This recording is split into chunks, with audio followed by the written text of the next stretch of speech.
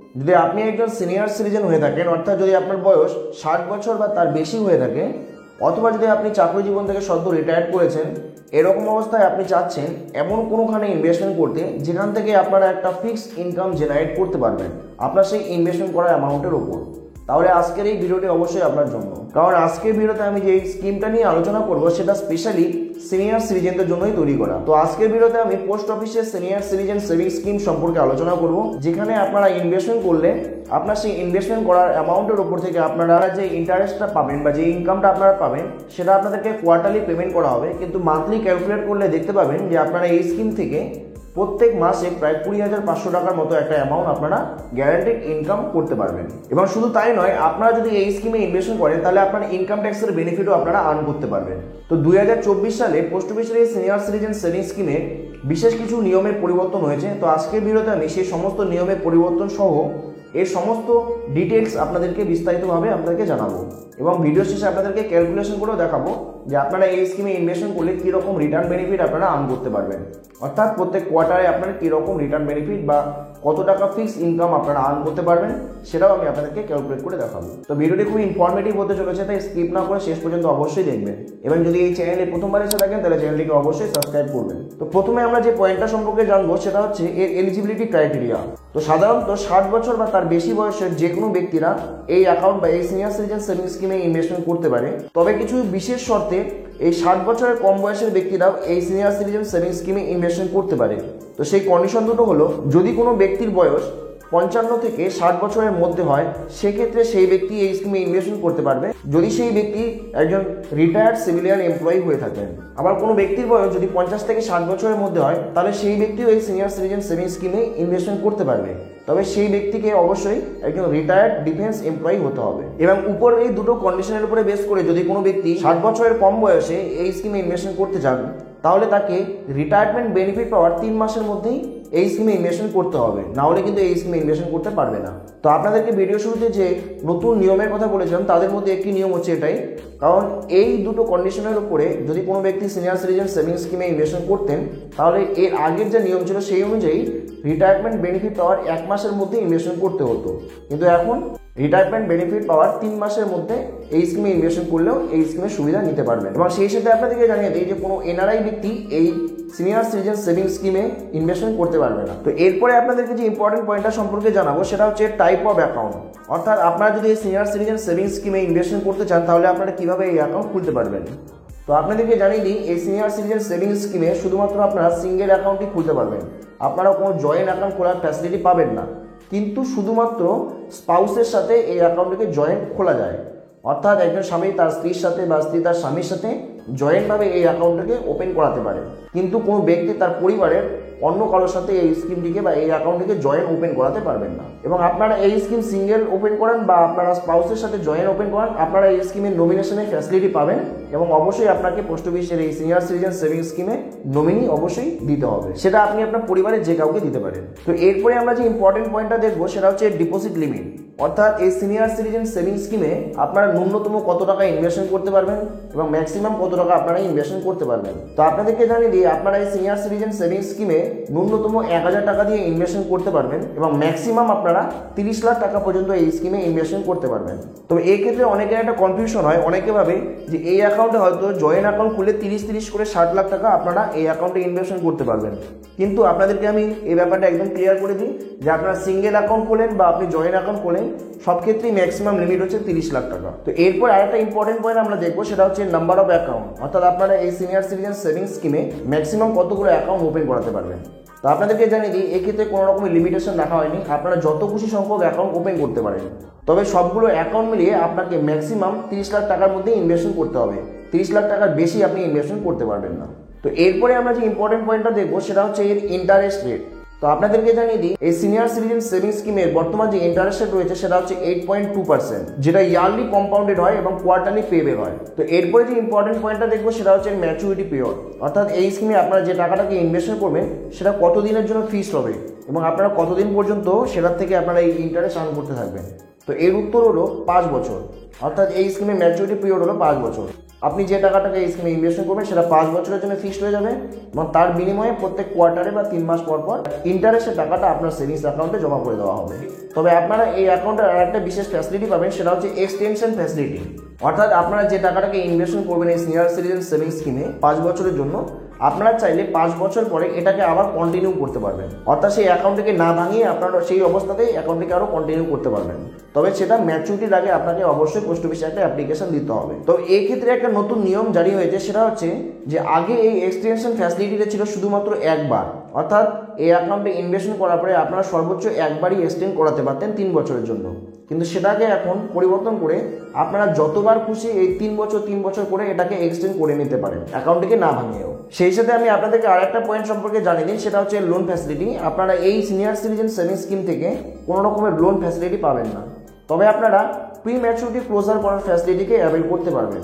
অর্থাৎ যদি আপনি এই স্কিমে কোনো একটা টাকা ইনভেস্টমেন্ট করেন এবং যদি আপনার সেই 5 বছর পূর্ণ হওয়ার আগে আপনার যদি কখনো সেই ফান্ডের প্রয়োজন পড়ে এবং সেই সিনিয়র সিটিজেন সেভিংস স্কিমকে আপনি ভাঙিয়ে সেটা টাকাটা আপনি তুলতে চান, সেক্ষেত্রে আপনারা এটাকে তুলতে পারবেন। তবে আপনারা অ্যাকাউন্ট ওপেনিং করার পরে যে কোনো সময় এই senior citizen savings স্কিমকে premature close করতে পারেন, তবে কিছু কন্ডিশন রয়েছে। প্রথম কন্ডিশন হলো, যদি আপনারা অ্যাকাউন্ট ওপেনিং করার 1 বছরের মধ্যে প্রিম্যাচুয়ার ক্লোজ করতে চান, সেক্ষেত্রে আপনারা যে টাকাটাকে ইনভেস্টমেন্ট করেছেন সেটার উপর কোনো রকম ইন্টারেস্ট আপনি আর্ন করতে পারবেন না।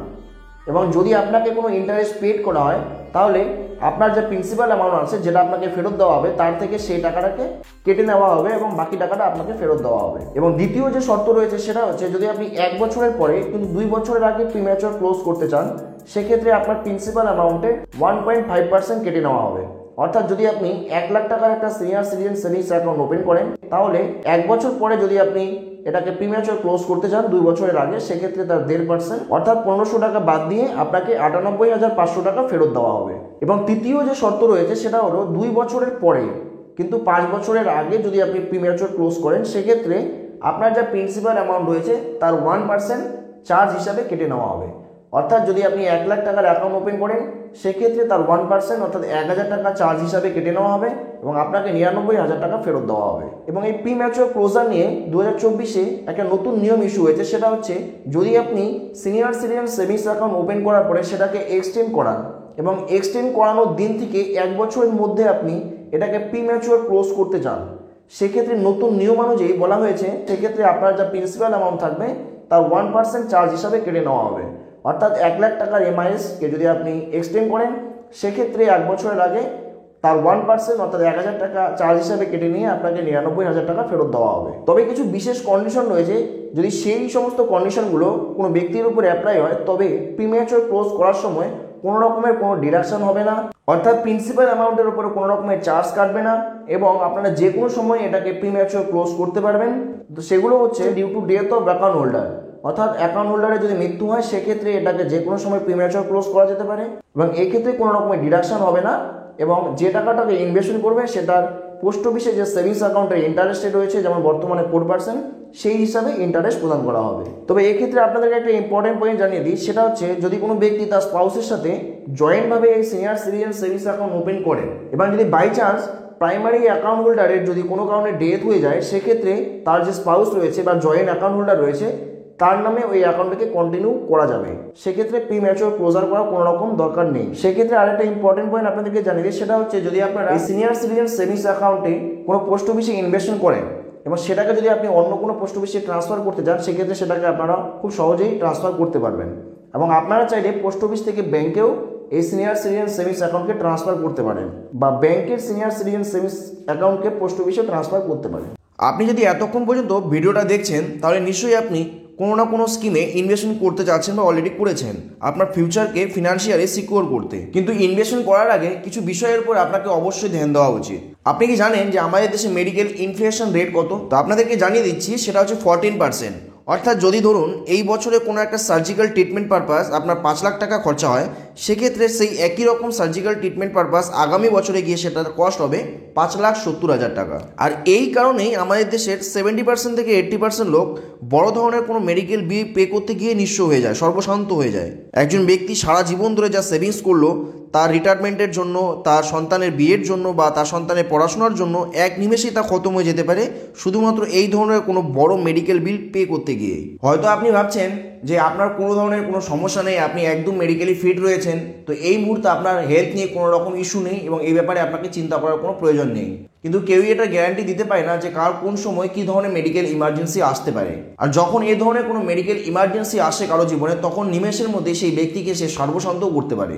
তাই আমাদের প্রত্যেককে ফিউচারকে সিকিউর রাখার জন্য ইনভেস্টমেন্ট করার আগে অবশ্যই হেলথ নিয়ে অবশ্যই ভাবতে হবে। তাই সেজন্য একজন ব্যক্তিকে সর্বপ্রথম যেখানে ইনভেস্টমেন্ট করা উচিত সেটা হচ্ছে হেলথ ইন্স্যুরেন্স, যাতে কখনো কোনো মেডিকেল ইমার্জেন্সিতে পড়লে আপনাকে আপনার সারা জীবনের সঞ্চয়কে নষ্ট করতে না হয়। খুব সামান্য ইনভেস্টমেন্ট করেও আপনি নিজেকে এবং নিজের পুরো পরিবারকে হেলথ রিলেটেড যে কোনো ইস্যু থেকে পুরোপুরিভাবে সিকিউর করে রাখতে পারেন। তো আপনি যদি আপনার নিজের জন্য এবং পরিবারের জন্য কোনো হেলথ ইন্স্যুরেন্স নিতে চান, তাহলে তার সবচেয়ে বেস্ট অপশন হলো কোনো এজেন্টের কাছে না গিয়ে সরাসরি অনলাইন থেকে আপনার পছন্দ মতো এবং আপনার চাহিদা অনুযায়ী একটা সঠিক হেলথ ইন্স্যুরেন্স প্ল্যানকে চুজ করা এবং সেটাকে পারচেস করা, যেটা আপনি পলিসি বাজার ওয়েবসাইট থেকে খুব সহজেই করে নিতে পারবেন। এবং এই ওয়েবসাইটে আপনারা মাত্র 400 টাকা মাসিক প্রিমিয়াম হিসাবেও আপনারা হেলথ ইন্স্যুরেন্স পেয়ে যেতে পারেন। এবং সেই সাথে আপনি এই পলিসি বাজার ওয়েবসাইটে অনেক ধরনের হেলথ ইন্স্যুরেন্স কোম্পানি আপনি পেয়ে যাবেন, সেখান থেকে আপনি আপনার প্রয়োজন মতো আপনি রিসার্চ করে সেখান থেকে পারচেস করে নিতে পারেন। এবং এই ওয়েবসাইট থেকে কোনো পলিসি পারচেস করার একটা বিশেষ সুবিধা হলো এখান থেকে আপনি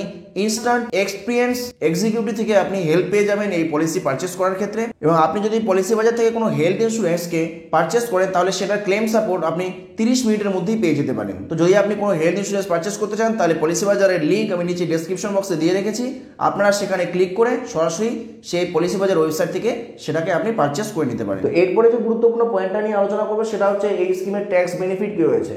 অর্থাৎ যদি আপনারা সিনিয়র সিটিজেন সেভিংস স্কিমে কোনো একটা টাকা ইনভেস্টমেন্ট করেন, সেক্ষেত্রে কিন্তু আপনারা income tax act 1961 section 80C অনুযায়ী 1.5 লক্ষ টাকার ট্যাক্স বেনিফিটের জন্য আপনারা আবেদন করতে পারবেন বা এলিজিবল হবেন। তবে এই ক্ষেত্রে আপনাদেরকে একটা কথা জানিয়ে দিই, সেটা হচ্ছে আপনারা যে ইন্টারেস্টটা আর্ন করবেন এই সিনিয়র সিটিজেন সেভিংস স্কিম থেকে, সেটা কিন্তু ট্যাক্সেবল হয়। অর্থাৎ যদি আপনি এই সিনিয়র সিটিজেন সেভিংস স্কিমে টাকাটা ইনভেস্টমেন্ট করবেন এবং তার উপরে যে ইন্টারেস্টটা আপনারা আর্ন করবেন সেটা সবগুলো মিলিয়ে যদি বছরে 50,000 টাকার বেশি হয়, সেক্ষেত্রে এই ইন্টারেস্ট থেকে ট্যাক্স কাটবে বা টিডিএস ডিডাকশন হবে।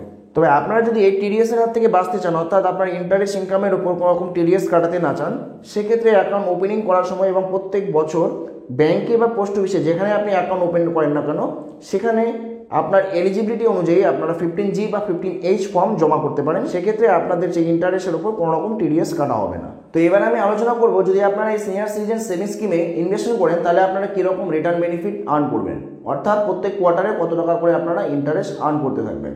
তো উদাহরণ হিসেবে আমরা দেখব, যদি আপনারা এই স্কিমে 1 লাখ টাকাকে ইনভেস্টমেন্ট করেন তাহলে আপনারা প্রত্যেক কোয়ার্টারে বা প্রত্যেক 3 মাসে 2050 টাকা করে আপনারা ইন্টারেস্ট আর্ন করতে থাকবেন। 5 বছরে মোট ইন্টারেস্ট আর্ন করবেন 41,000 টাকা। আবার যদি আপনারা এই স্কিমে 5 লাখ টাকাকে ইনভেস্টমেন্ট করান, সেক্ষেত্রে আপনারা প্রত্যেক কোয়ার্টারে 10,250 টাকা করে ইন্টারেস্ট আর্ন করতে থাকবেন। অর্থাৎ এক্ষেত্রে আপনি 5 বছরে মোট ইন্টারেস্ট আর্ন করবেন 2,05,000 টাকা। আবার যদি আপনারা এই স্কিমে 15 লাখ টাকাকে ইনভেস্টমেন্ট করেন, সেক্ষেত্রে প্রত্যেক কোয়ার্টারে 30,750 টাকা আপনারা ইন্টারেস্ট আর্ন করবেন এবং এক্ষেত্রে 5 বছরে আপনি মোট ইন্টারেস্ট আর্ন করবেন 6,15,000 টাকা। এবার যদি আপনারা এই স্কিমে সর্বোচ্চ 30 লাখ টাকাকে ইনভেস্টমেন্ট করেন, সেক্ষেত্রে আপনারা প্রত্যেক কোয়ার্টারে অর্থাৎ প্রত্যেক 3 মাসে 61,500 টাকা করে আপনারা ইন্টারেস্ট আর্ন করতে থাকবেন এবং 5 বছরে আপনি মোট ইন্টারেস্ট আর্ন করবেন 12,30,000 টাকা। সুতরাং আপনারা বুঝতে পারলেন যে এই সিনিয়র সিটিজেন সেভিংস স্কিমে ইনভেস্টমেন্ট করলে আপনারা কীরকম রিটার্ন বেনিফিট আর্ন করতে পারবেন। তো এরপরে যদি কোনো ব্যাপারে আপনাদের কনফিউশন থাকে তাহলে কমেন্ট করে অবশ্যই জানাতে পারেন এবং ভিডিওটি কেমন লাগলো সেটাও কমেন্ট করে অবশ্যই জানাবেন এবং সেই সাথে ভিডিওটিকে শেয়ার করে অন্যদেরও দেখার সুযোগ করে দেবেন। ভালো থাকবেন, দেখা হচ্ছে পরের ভিডিও।